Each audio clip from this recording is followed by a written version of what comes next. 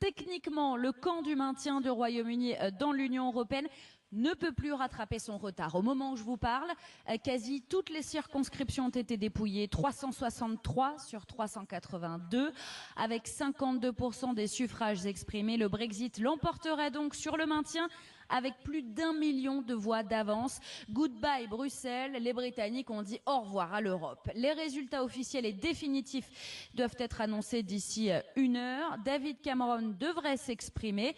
Le Premier ministre a probablement fait le pari le plus important et le plus risqué de sa carrière politique.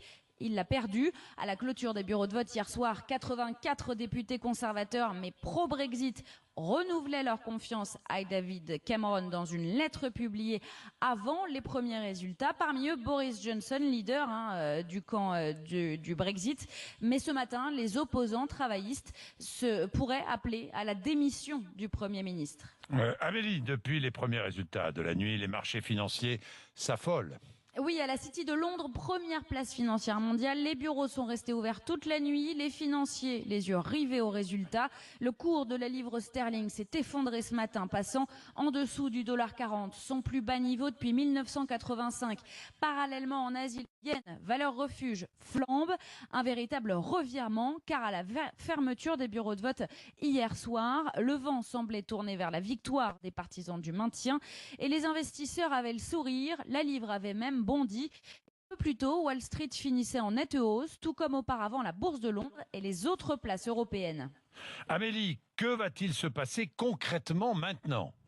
Dès l'annonce officielle des résultats, d'ici 1 heure, donc, la procédure de sortie de l'Union européenne devra se mettre en marche.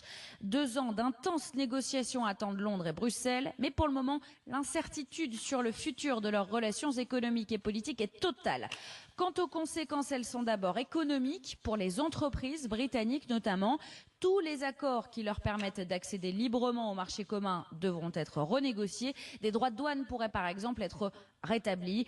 Conséquences aussi, vous l'imaginez, pour l'Union européenne qui perd un de ses membres majeurs, la deuxième puissance européenne après l'Allemagne, et avec elle les milliards d'euros de contributions que verse le Royaume-Uni depuis son adhésion il y a 43 ans.